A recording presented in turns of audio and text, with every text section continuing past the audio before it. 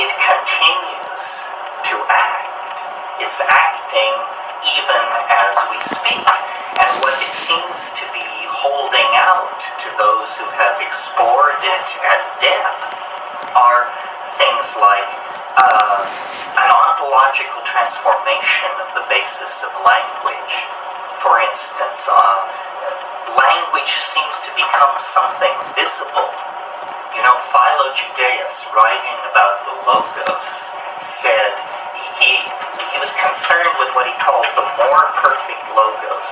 As you all know, the Logos was an informing voice that was the sine qua non of Hellenistic spirituality. And when you got right with the world, this voice opened in your head and informed you and guided your actions.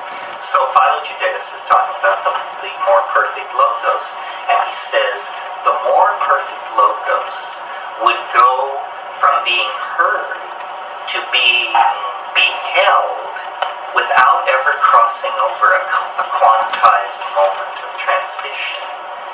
This actually happens on psilocybin. The project of communication, which in ordinary reality devolves down into the generation of small mouth noises, which move across space to be decoded inside private minds using what we hope are congruent dictionaries, can potentially be replaced by a logos beheld, a thing seen.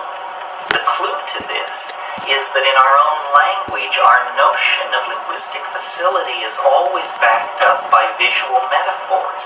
We say, he spoke clearly. I see what you mean. She painted the picture. This is saying that at unconscious levels, our notion of truth is rooted in the visual. And I believe that that in a sense, history is a psychedelic experience.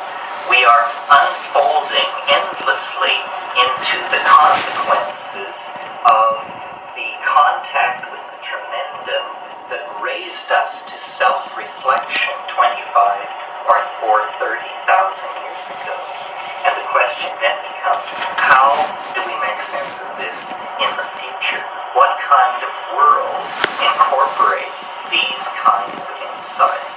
Well, I believe that the place to lean is on a new modality for language, that syntax properly understood is beheld.